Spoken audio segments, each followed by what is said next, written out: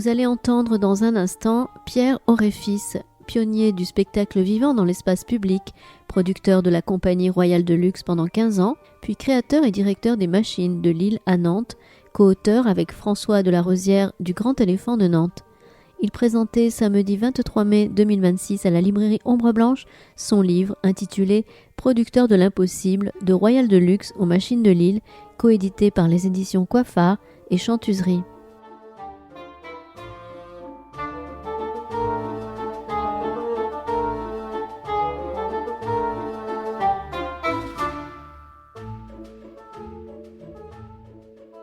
Bonjour, merci d'être venu pour cette rencontre avec Pierre Auréfis. On est ravis je te tutoie si ça te va. On se tutoie depuis tout à l'heure. Et on s'est rendu compte qu'on avait un petit lien historique avec le Royal de Luxe. Donc ça nous a rapprochés. Et merci pour d'être venu pour cette rencontre donc, autour de producteurs d'impossible. Donc producteur, toi tu l'as été pendant près de 15 ans. 15 ans c'est ça, avec Royal de Luxe. D'autres aventures nantaises, effectivement, avant de créer et de diriger les Machines de Lille à Nantes. Tout à fait. Et donc, je crois que vous connaissez un petit peu Pierre. Juste un petit mot pour vous dire qu'à l'issue de la rencontre, il y aura également une séance de dédicace. Donc, n'hésitez pas à vous procurer le livre à l'accueil à Léa qui est là, qui me fait des signes. Et aussi rappeler évidemment que demain, il y aura une autre rencontre, cette fois-ci avec François de la Rosière, à la Halle des Machines.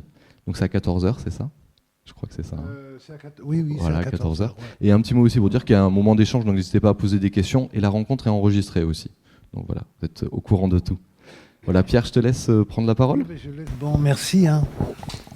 Bon, mais je suis ravi d'être à Toulouse, parce que Toulouse, c'était quand même le point de départ de cette aventure que j'ai appelée Producteur d'impossible.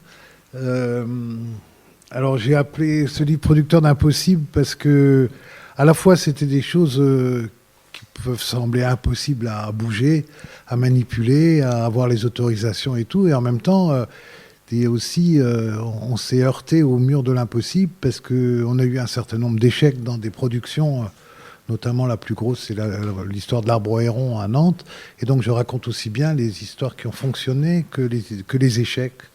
Voilà, et si j'ai fait ce bouquin, c'est avant tout parce que toutes les années 80 jusqu'à 96, il y a très très peu de choses sur les réseaux, sur le web, on trouve pas, et je pense que c'est dommage que les gens plus jeunes qui n'ont pas vécu cette période-là sachent un peu ce qui s'est passé dans cette espèce d'explosion culturelle qu'il y a eu à partir des années 80 en France.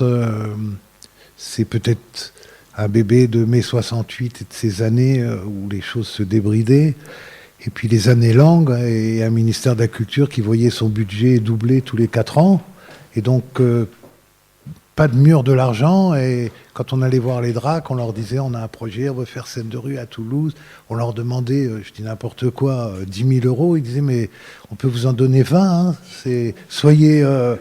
Non, donc souvent je rencontre des étudiants ici ou dans d'autres pays pour parler de cette aventure de Royal de Luxe et des Machines. Et puis je leur dis qu'à cette époque-là, on n'avait pas de mérite. Franchement, c'était... Moi, je me suis lancé là-dedans. J'avais une formation, j'étais économiste de formation. J'avais fait Sciences Po Paris, que j'ai quitté 15 jours avant le diplôme pour pas rentrer là-dedans et pour faire autre chose parce qu'on fréquentait les communautés du sud de la France. On avait des envies de faire des choses ensemble, d'inventer des lieux différents. C'est comme ça. Alors là, je rentre dans le livre. C'est comme ça qu'on a acheté une péniche avec... un ami, un couple qui s'appelle François et Marion Fener, dont Léa est la fille qui est là. Et voilà, ça a été le début d'une histoire où on a aménagé 2 bateaux. Il y en avait un qui faisait bateau-hôtel quand on se déplaçait pour les artistes, et l'autre, il y avait une scène sur le pont, une scène de 90 places à l'intérieur. On allait au Festival d'Avignon faire de la musique dans un festival de théâtre. On faisait des tournées itinérantes sur les canaux. Et le Café de la Rigole vivait a fait de la programmation culturelle pendant 3 ans. On a un peu bu le fonds de commerce, mais voilà, ça c'était le point de départ. En réalité, le livre, il commence par le livre commence par un voyage que j'ai fait en Afrique. J'ai descendu le Niger en pirogue. C'était un moment, avant cette histoire avec la péniche, où j'étais en rupture de banque, je lisais de bord les situationnistes, j'avais l'impression de tourner en rond, et puis à un moment, ça allait pas, et je me suis dit, je pars en Afrique, et je suis parti un peu à l'aventure en traversant le désert sur un camion, et j'ai rencontré des gens, j'ai fait du stop avec un mec qui avait descendu le Congo en pirogue. Et ça m'avait donné une idée. Du coup, arrivé à Niamey, je rencontre un Canadien qui me dit d'accord, j'y vais. Je rencontre Raymond Cajac, que beaucoup de Toulousains connaissent. On va acheter une pirogue et puis on s'embarque pour une descente d'1 mois sur 450 km où il n'y a pas de pont entre. Donc ce voyage-là, je suis rentré d'Afrique complètement changé avec cette aventure qui était un peu hors norme. Je m'étais rendu compte que j'étais capable de l'affronter. C'est comme si j'avais pris confiance en moi. Et puis à ce moment-là, avec François Fener et Marion et ma compagne, on décide d'acheter 2 péniches et puis de commencer cette histoire itinérante. Avec des spectacles sur le pont et des spectacles à l'intérieur qu'on a fait sur les canaux du Midi. Voilà. Et en même temps, on allait souvent passer nos week-ends à Barcelone parce que c'était la movida catalane après la mort de Franco. Et on allait aux fêtes de la Mercé. Et puis là, la grande rupture s'est passée là. Je suis tombé sur un spectacle d'une compagnie française qui vivait dans le sud, qui s'appelle Royal de Luxe et qui jouait publicité urbaine. Moi, ça a été un choc incroyable pour moi. Et quand je suis rentré, j'ai décidé de monter un festival à Toulouse qui s'appelle Scène de rue. Et donc j'ai été voir l'élu à la culture, et l'élu à la culture, c'était Pierre Puel, et il y avait une autre élue, c'était Marie Desquet, qui était à la FNAC à l'époque, et adjointe de conseillère municipale. Et nous voilà partis à créer et le ministère de la Culture, c'est là qu'il nous a doublé la subvention. Et on se lance dans un festival où Jean-Luc Courcoult, au lieu de venir avec publicité urbaine, il m'appelle un mois avant, il dit finalement on ne vient pas avec ce spectacle, on vient avec un autre. Ça s'appelle la demi-finale du Water Clash. Mais là, il nous faut une grande place et il faut une parade dans les rues piétonnes et sur la place du Capitole. Ouf. Et puis nous voilà avec les commissaires de police à essayer de négocier un trajet. Je leur montre l'image là du flic en chiottes Solex. Et le commissaire rigole et dit banco, on le fait. Et avec l'aide de Marie Desquet, on met la Fora des Baus sur la façade de la FNAC, l'arrière, la cour intérieure. Donc lâcher la Fora des Baus sur la façade de la FNAC, c'est quand même quelque chose.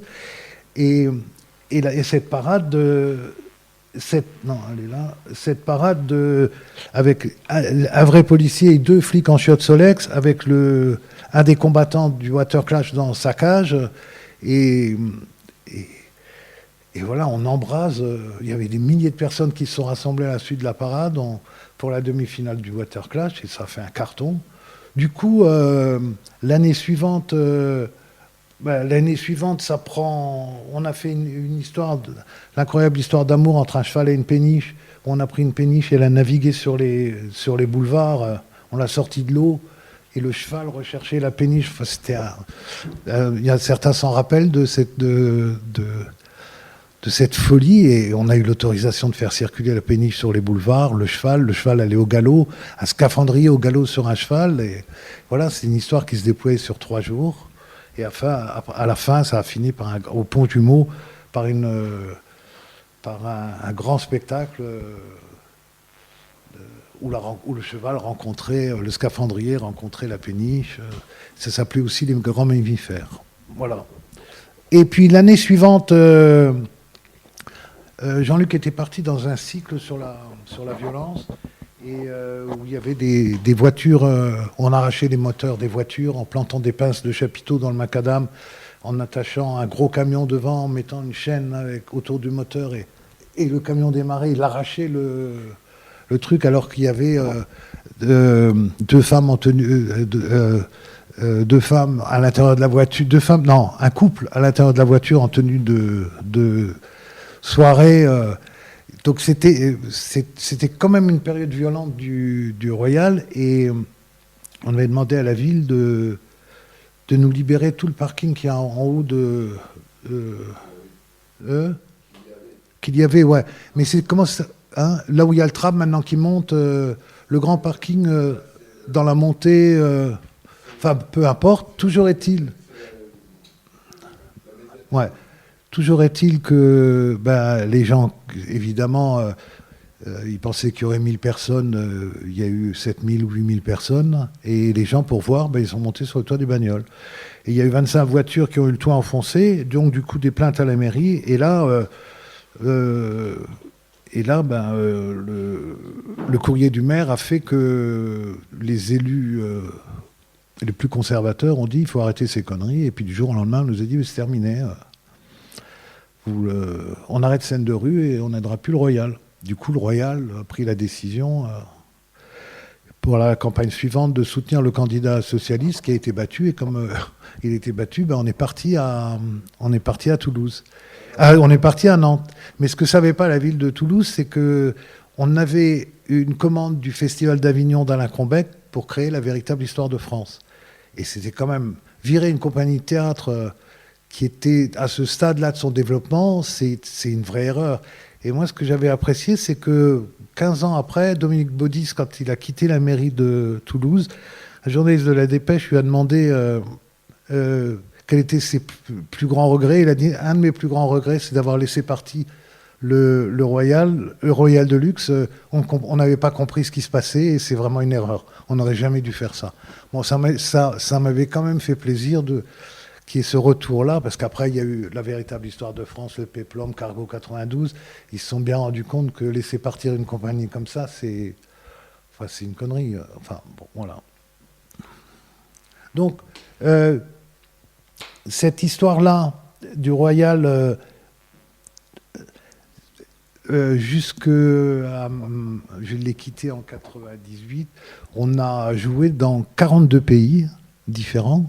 Parce qu'en été, on jouait en Europe, et en hiver, on jouait dans l'hémisphère sud.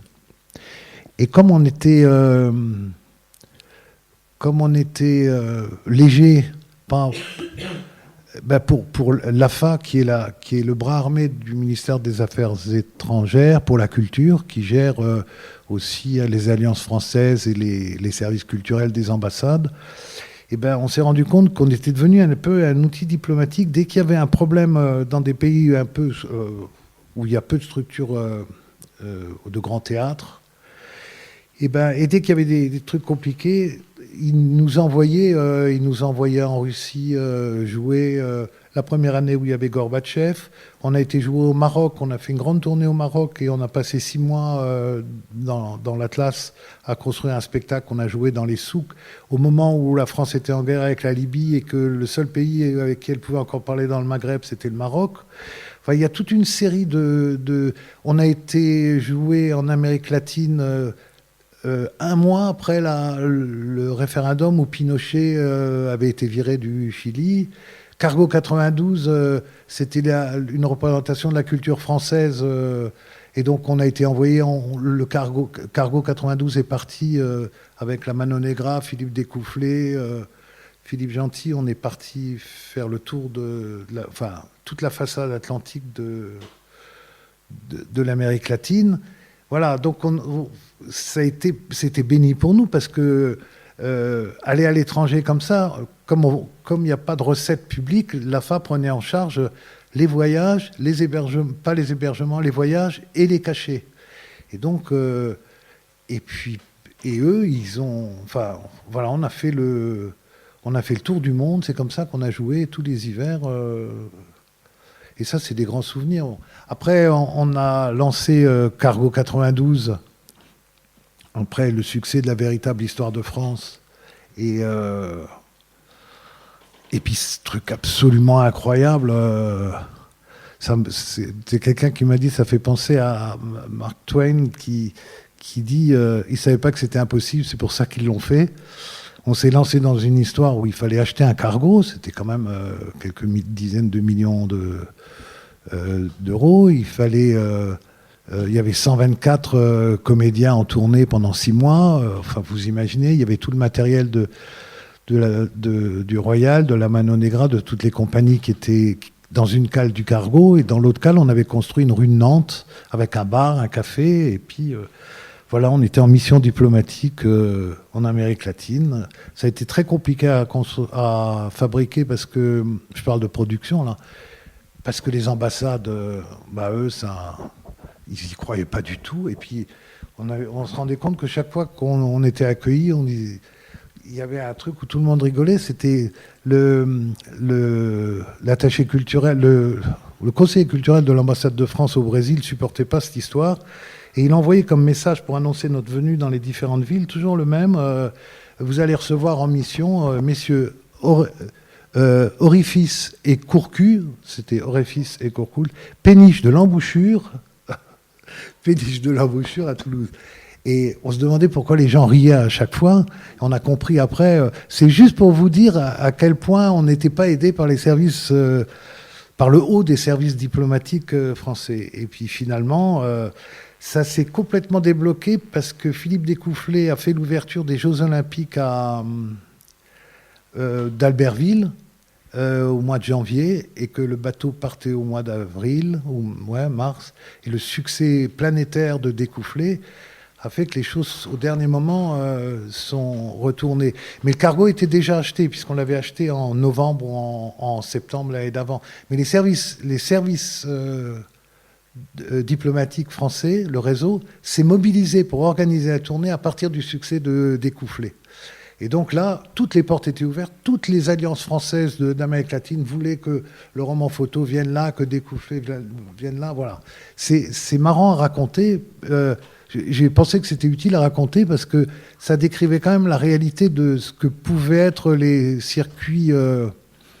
Enfin, on distribuait, on faisait un peu comme les forains. On avait appris que les forains, ils distribuaient, ils écrivaient sur des arbres, toujours, ils mettaient soit une, deux, trois étoiles, soit une, deux, trois têtes de mort, en fonction de l'accueil de la ville et du public.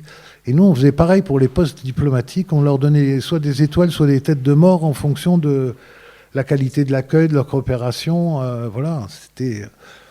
Mais en tout cas, on a vu beaucoup de pays, on a beaucoup voyagé et quand on partait en Asie, on faisait 5, 6, 7 pays. Après, on prenait un avion, on allait en Amérique latine, on continuait la tournée. On était des fois partis pendant 3 mois à faire cette vie de saltimbanque. Et après, on rentre un peu dans une autre... je reste sur là. Ça, c'est à Toulouse, la maison dans les arbres de Royal de Luxe. Ça, c'est la période où je parlais des arrachages de moteurs. C'est des scènes un peu violentes sur les voitures, pas sur les humains, mais sur les voitures, voilà. Et puis, et donc, on part à Nantes. La ville nous fait un pont en or. D'abord, la subvention du ministère de la Culture, avec la programmation Avignon, il y a un 0 en plus. On nous donne un local des anciens chantiers navals qui fait 60 mètres de haut où ils construisaient des cargos avec 2 ponts roulants qu'ils avaient remis en marche. Et du coup, on construit la véritable histoire de France. Ça devait être un petit spectacle de place à Avignon.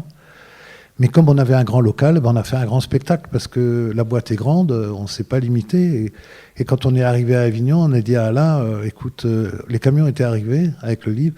On dit, on ne peut pas jouer dans la place, le spectacle ne tient pas. Il dit, mais vous me dites ça maintenant? Il dit, ouais, si on te l'avait dit avant, maintenant on est là, qu'est-ce qu'on fait? Et Alain Crombec, il ne s'est pas dégonflé, il a demandé à son directeur technique, où est-ce qu'on peut les mettre? Est-ce qu'on peut les mettre sur la place du Palais des Papes, en bas? L'autre, il dit oui, sauf que non, parce qu'il y a une dalle et il y a un parking en dessous, donc on ne peut pas les mettre. Et puis il y en a un qui dit, ouais, mais si on étaye le parking? Alors ils disent, ouais, il faut qu'on demande à la ville, c'est condamner tout l'étage là, et puis en dessous avec les descentes de charge. Et ils ont étayé avec des trucs de maçon, là. Ils ont étayé la surface où le livre est posé, et sur tous les niveaux du truc dont c'était interdit de se stationner. On a réussi à monter la grue par en haut, on a pris une très grande rue, et le livre est parti en haut et est venu se poser sur la place. Et il n'y avait plus de risque pour qu'il traverse le... Voilà, c'était quand même une histoire de... Et d'abord, pour l'avancer et le positionner, il y avait une technique qu'on a refait à la Grande Arche de la Défense où les camions grues ne pouvaient pas passer. On prenait comme les Égyptiens des rondins de bois, on posait le livre dessus et il y avait toute une tous les comédiens du Royal. Je ne sais pas si tu avais vu ça, toi. Ouais, c'était après. On poussait le livre et on prenait le dernier, on le remettait derrière de rondins. Et puis c'est comme ça qu'on arrivait sans surcharge de poids au mètre carré à ce que le livre arrive à bouger. En fait, tout ça, je raconte cette histoire. Colette Godard avait fait un superbe article qui s'appelait Les biduliers magnifiques après la première de la véritable histoire de France en première page du Monde. Et on a gardé ce terme de bidulier, qui est un terme de théâtre en réalité. On ne savait pas ça. Et donc je parle beaucoup dans ce livre des biduliers magnifiques et de comment la technique interagissait avec les intentions des auteurs. C'était vraiment... ça a été vrai pour tous ces grands spectacles, après pour les géants encore plus, et puis sur le péplum aussi, mais surtout pour les géants où vraiment... quand on pense que le géant, il faisait 10 mètres de haut, il pesait plus de 2 tonnes, on a été le mettre sur le trône de la Pedrera à Barcelone. C'était quand même des défis technologiques incroyables. Voilà. François de la Rosière était à la manœuvre. Moi, je suis devenu très ami, presque un membre de la famille de François de la Rosière, parce que je suis son témoin de mariage. Mais comme il était directeur technique du Royal, et que moi j'étais le producteur, évidemment les interfaces on les avait en permanence. Moi, il était à Toulouse à l'époque encore, dans son atelier. Moi je venais très régulièrement pour cadrer les productions, il fallait que ça rentre dans les enveloppes. On discutait de technique, moi j'adorais ça, hein, la technique. Il fallait toujours que je comprenne. Voilà, et puis donc ça a été une clé de... Le génie manuel et l'intelligence de François ont permis de construire des machines qui fonctionnaient. Et vraiment, il n'y a rien de pire qu'une machine dans un spectacle qui ne fonctionne pas. Et comme il n'y avait que des machines, il fallait que les machines soient fiables et fonctionnent. Voilà, c'est comme ça qu'ils sont arrivés aujourd'hui à faire le Grand Téléphone, le Dragon Cheval. Et je ne vais pas dire aux Toulousains, j'ai vu il y a 1 an et demi les grandes parades des grandes machines. Voilà. Et puis on a découvert là aussi en faisant le géant. Alors on va passer au géant. Mon cargo, c'est bon. Hop là. Ouais, c'était quand même un peu dantesque la fin d'un Water Clash hein, sur la place. Vous voyez l'image c'était la guerre de 14, la dernière image. Voilà. Donc est arrivée l'idée du géant. Alors cette image, c'est le géant couché de Rio. C'est ce que vous voyez comme image, c'est les montagnes à l'horizon dans la baie de Rio. Et pour tout le monde, tous les cariocas, cette image, elle est très forte parce que c'est le géant couché et il protège la ville.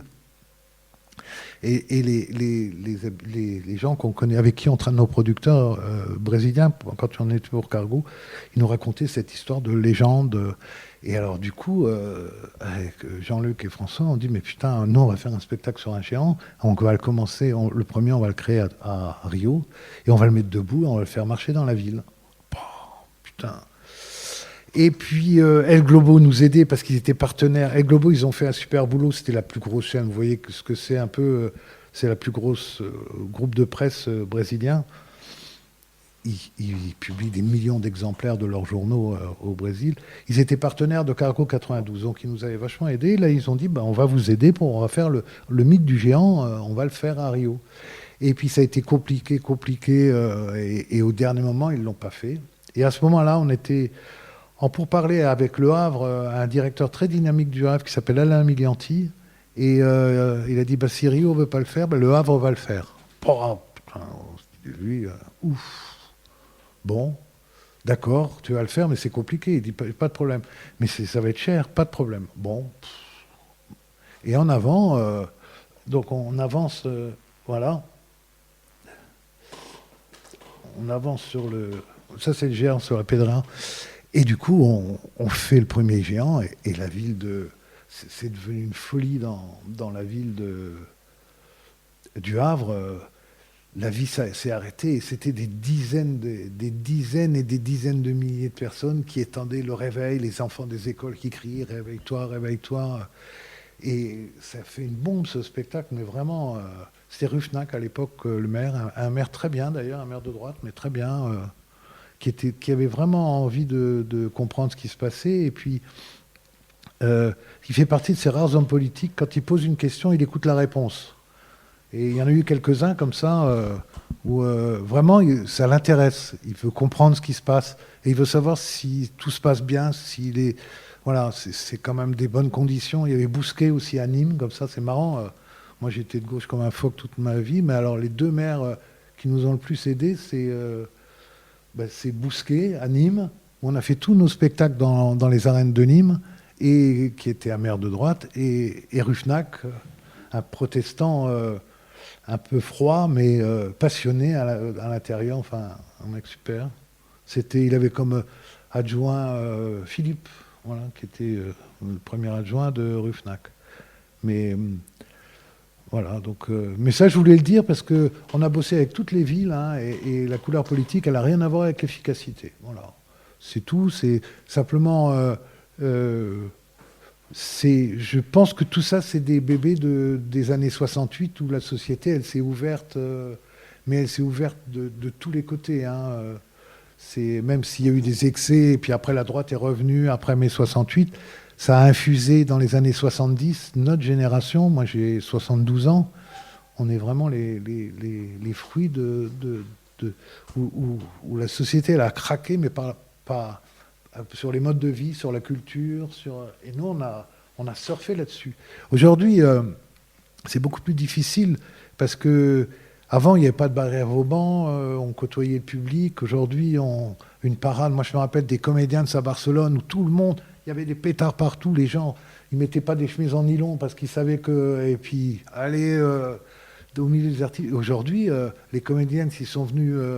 Je ne sais plus dans quelle ville où on était, il y avait des barrières Vauban des deux côtés, ils étaient au milieu, mais ça n'a aucun sens. Il n'y a pas de communion, il n'y a pas de... Enfin voilà, on a tous vécu...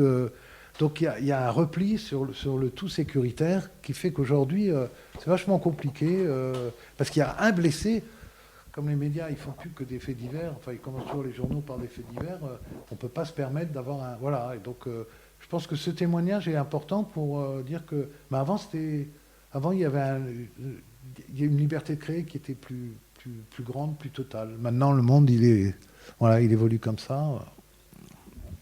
Voilà. Alors là, on est parti sur des grands spectacles sur les géants. C'est l'arrivée du géant, par exemple, à Calais, où on a fait ces parades avec les géants. Et je pense que c'est de là qu'est née l'idée du grand éléphant et puis des machines que François fait maintenant.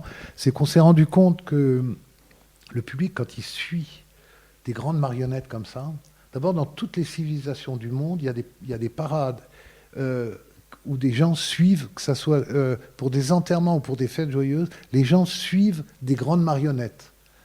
Et c'est vraiment un espèce de rituel qui est commun à toutes les civilisations.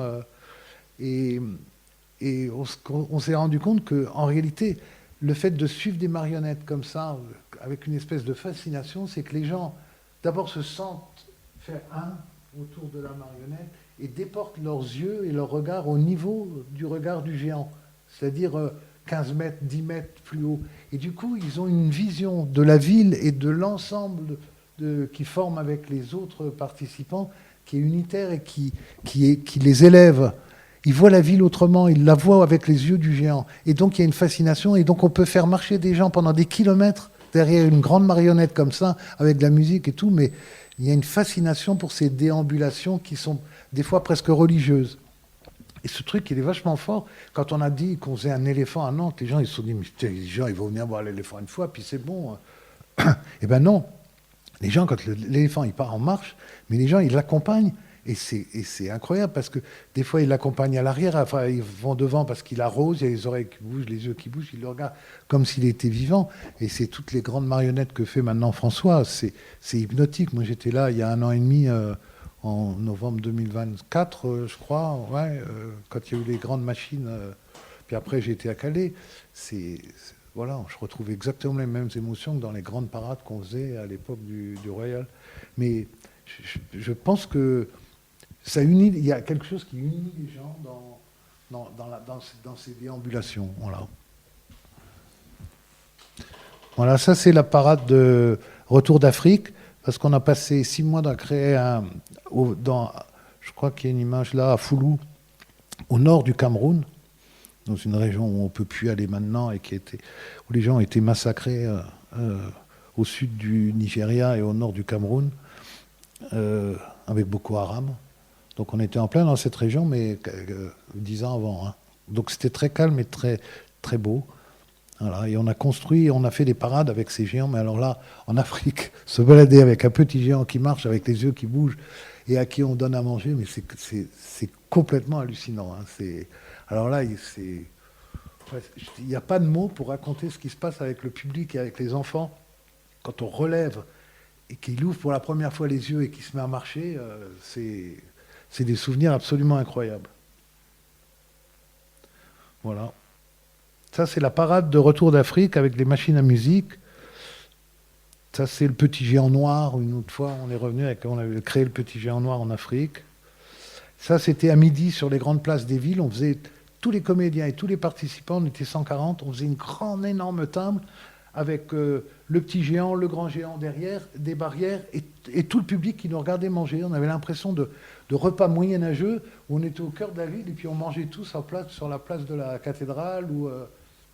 Il y avait un truc complètement fou pendant ces 3 jours de spectacle. Là, on passe au dernier spectacle que j'ai produit pour Royal de Luxe, c'est le Péplum. Ça, c'est l'installation dans les arènes de Nîmes. Et ça, c'est les arènes de Nîmes. Et quand on jouait dans les arènes, on jouait 3 jours de suite. À 8h du matin, les premiers s'installaient pour être sûrs d'avoir une place. Et on démarrait les demi-arènes étaient combles. Parce qu'on peut, comme on joue en frontal, voilà. Ça, c'est des images. Voilà. Voilà pour le livre 1. Maintenant, je n'ai pas le temps de vous... Pour ceux qui vont prendre le livre, vous découvrirez la suite et la création des machines. Mais je pensais que c'était bien de parler de la période toulousaine. Si ça vous met en appétit et voir la deuxième partie du livre, lisez-le.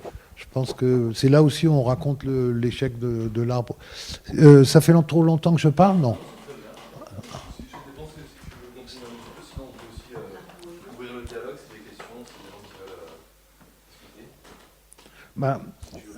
Alors ça, c'est une période intermédiaire où on a fait...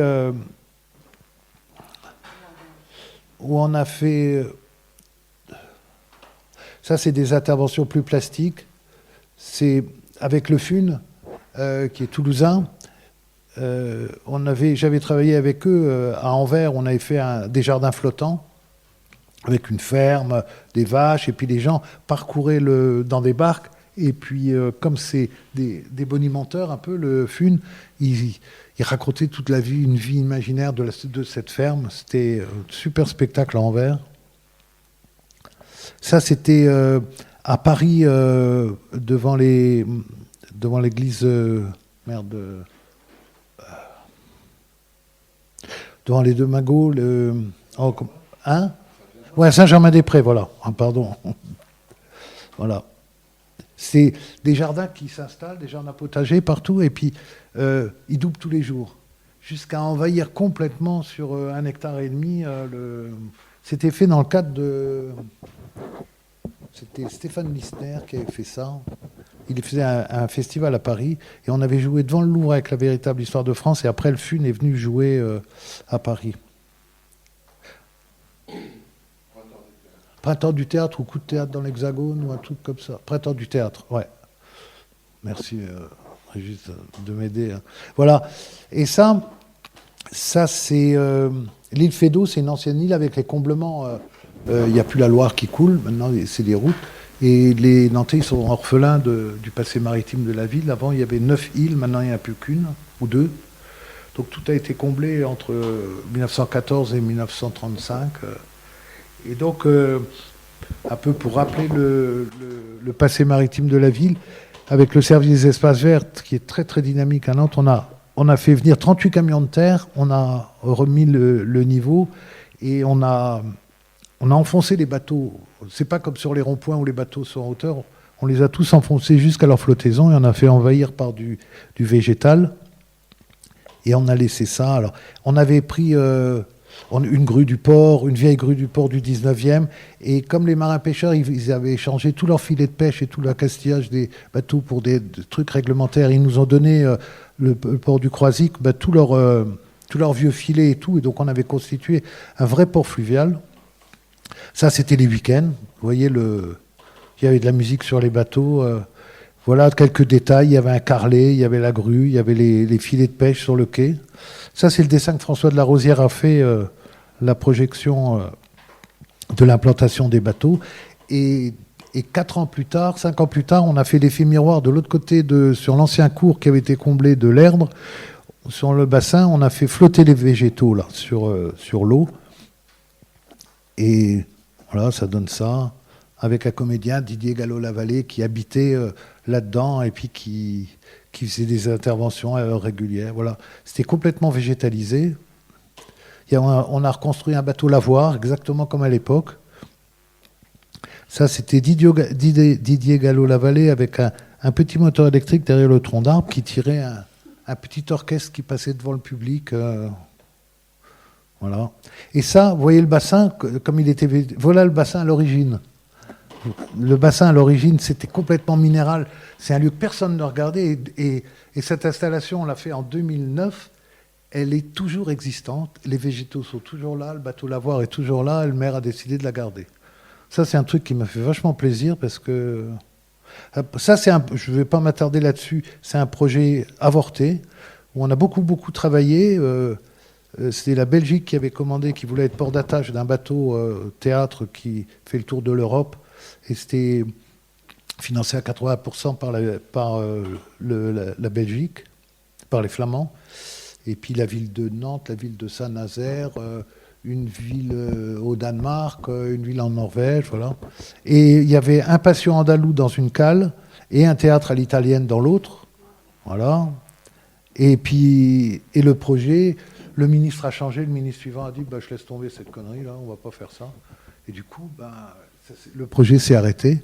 Alors, le truc incroyable, c'est que la même semaine, j'ai la réponse de Jean-Marc Ayrault, c'est bon, on se lance sur le projet des machines. Donc, je rentre, voilà. Et là, les machines ouvrent le 30 juin 2007. Voilà, le jour d'ouverture. Voilà, ça, c'est des affiches. Ça, c'est à Noël quand on fait des sculptures sur glace.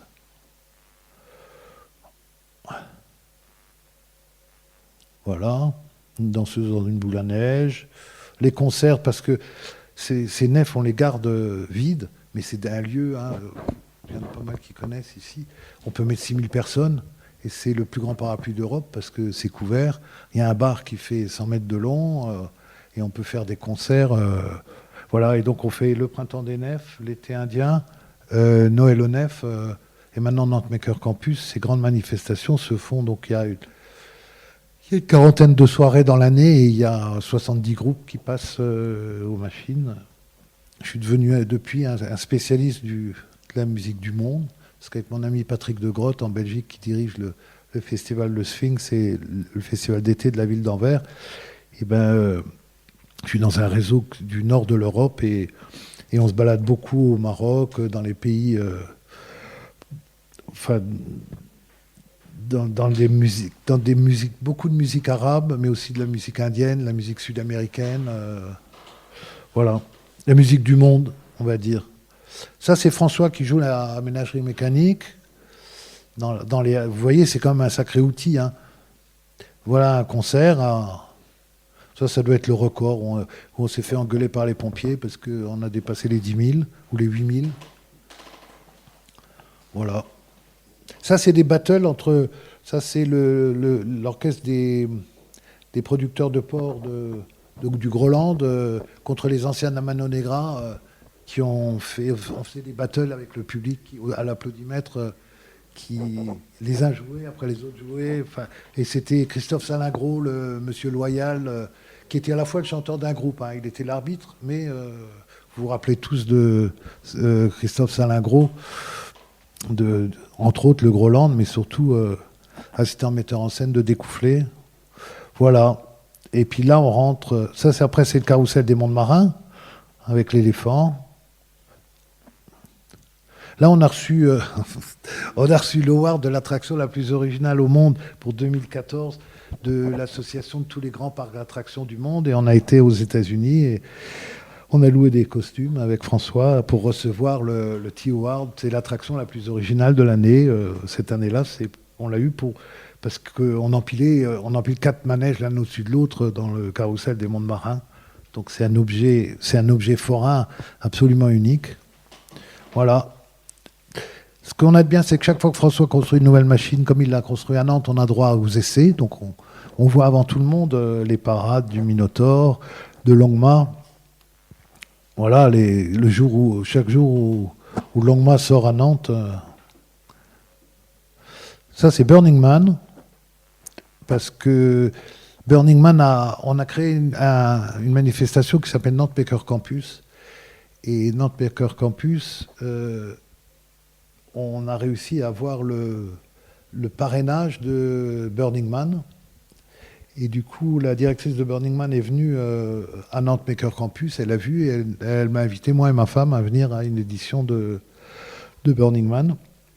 Tout le monde se couche à 6h du matin. Nous, on était les seuls à aller au lit à 11h parce que le directeur technique, on le connaissait bien. Et il nous a pris dans son camion. On a fait le tour de toutes les installations parce que c'était surtout ça qui nous intéressait plutôt que la musique. Boum, boum, boum, boum. Donc, on a vu tout l'envers du décor de Burning Man, comme ça. Et du coup, quand on a décidé de faire Nantes Maker Campus, qui est un rassemblement de makers, des gens qui font eux-mêmes tout, enfin, vous voyez bien ce que c'est que ce mouvement des makers, et Burning Man est devenu partenaire et a permis d'envoyer le matériel des artistes américains qu'on a invités. Et ça, c'est Peter Hudson, c'est à mon avis un des artistes les plus intéressants aux États-Unis dans ce type de création, qui a créé ces trous des squelettes, qui en réalité, de nuit, il y a un cône en bas, et c'est des squelettes d'Indiens qui rament, des morts, avec le mouvement qui est décomposé en ramant, et c'est syncopé comme les vieilles machines avant le cinéma, comme les vieilles machines, quand on tourne, c'est des images. Et au centre, sur l'axe, il y a des très gros stroboscopes, ce qui fait qu'au centre, la nuit, le mouvement, le rameur est... Alors là, c'est des images qui ne bougent pas. Donc, voilà, ça c'est Burning Man, la fin de Burning Man. Nantes Maker Campus, voilà.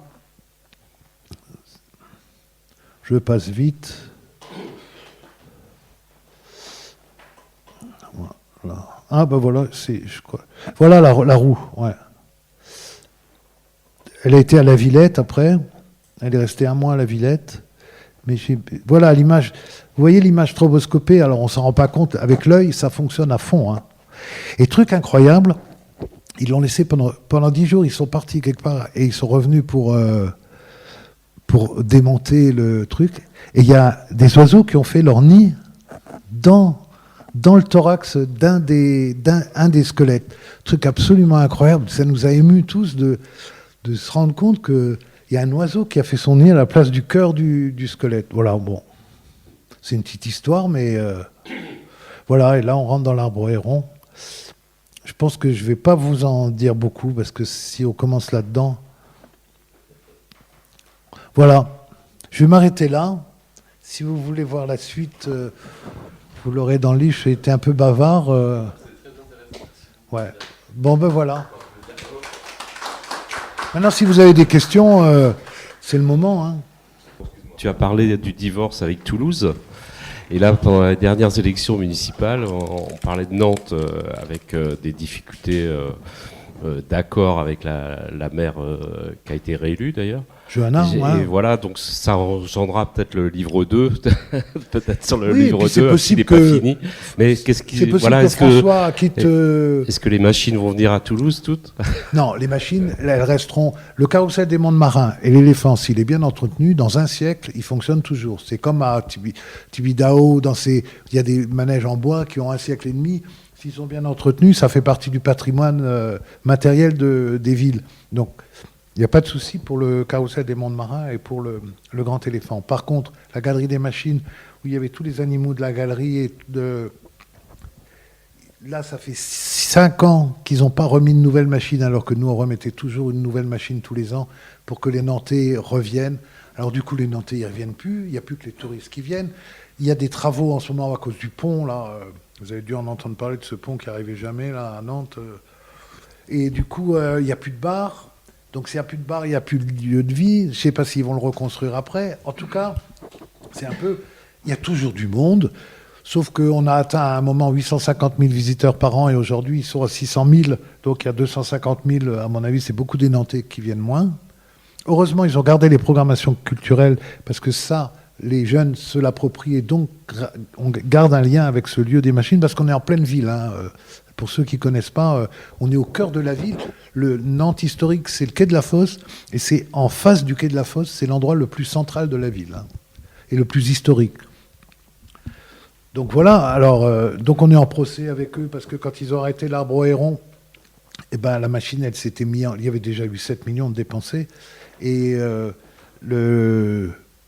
la machine, la structure de François, l'atelier, n'avait pas pris de commande de boulot pour 2 ans et avait embauché des gens. Et comme ça s'est arrêté du jour au lendemain, ben, ils n'avaient plus de commandes et à licencier et à payer les indemnités de licenciés. Et du coup, ils n'ont jamais eu...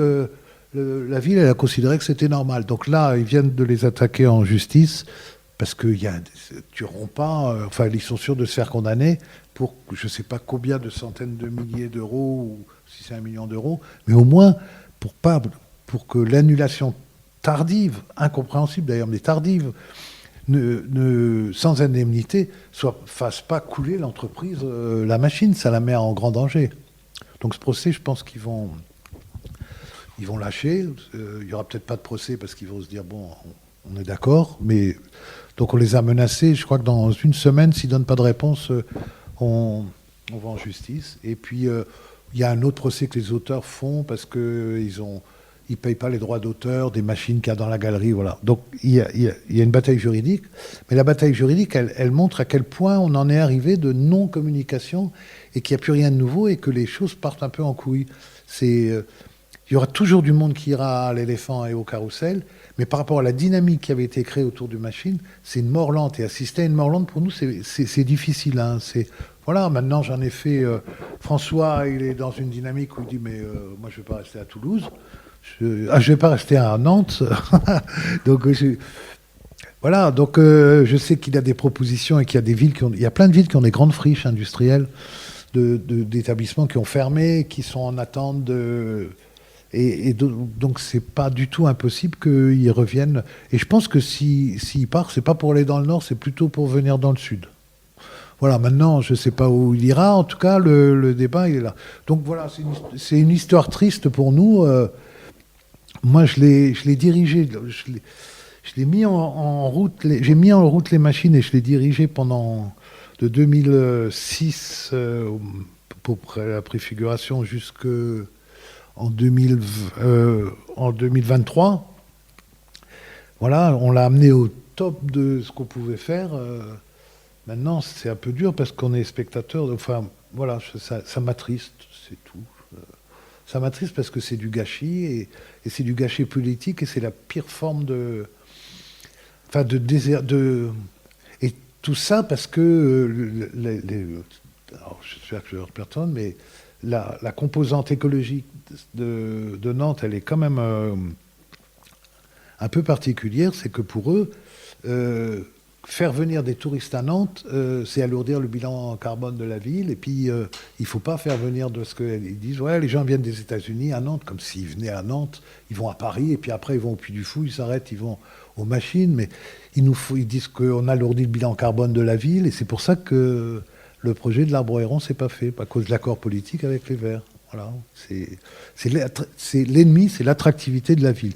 Mais c'est complètement fou. Au mois de juillet, au mois d'août, les Nantais, ils sont en vacances. Voilà, bon, je ne vais pas faire de politique, mais quand même, moi, les écolos, franchement, on n'a pas les plus intelligents à Nantes. Hein. Je ne sais pas comment c'est dans les autres villes, mais à Nantes, on n'a pas décroché le gros lot. Hein.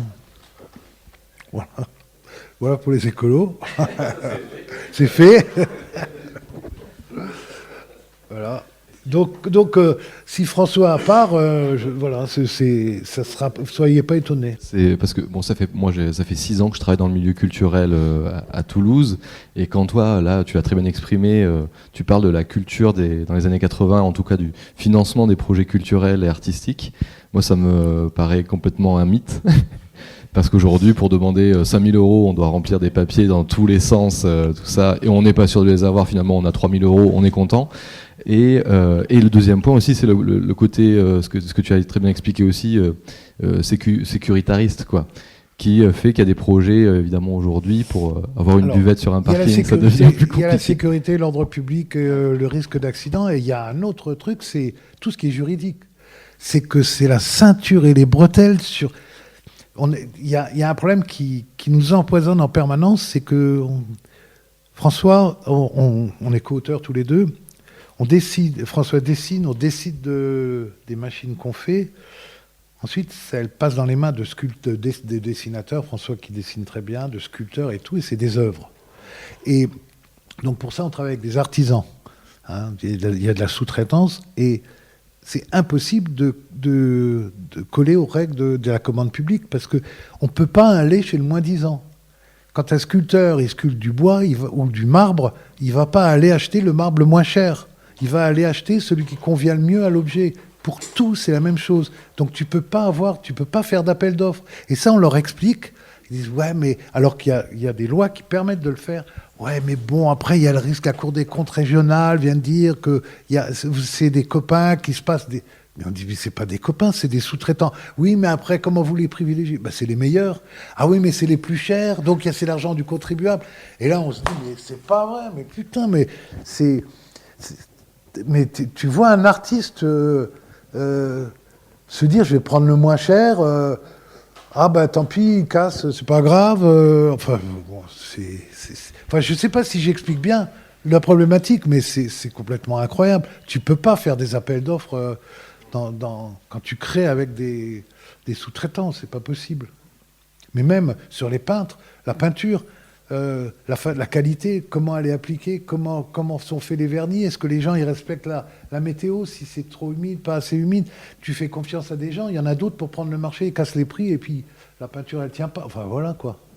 Est-ce qu'il y a une dernière question ? Non ? Eh bien on va aller boire un coup. On fait ça ? Oui, c'est une bonne idée. Bon, merci beaucoup Pierre. C'était Pierre Auréfis à la librairie Ombre Blanche, samedi 23 mai 2026, pour la parution de son ouvrage « Producteur de l'impossible, de Royal de Luxe aux Machines de Lille », coédité par les éditions Coiffard et Chantuserie. Réalisation et mise en onde Radio en partenariat avec Radio Plus et Radio Terre.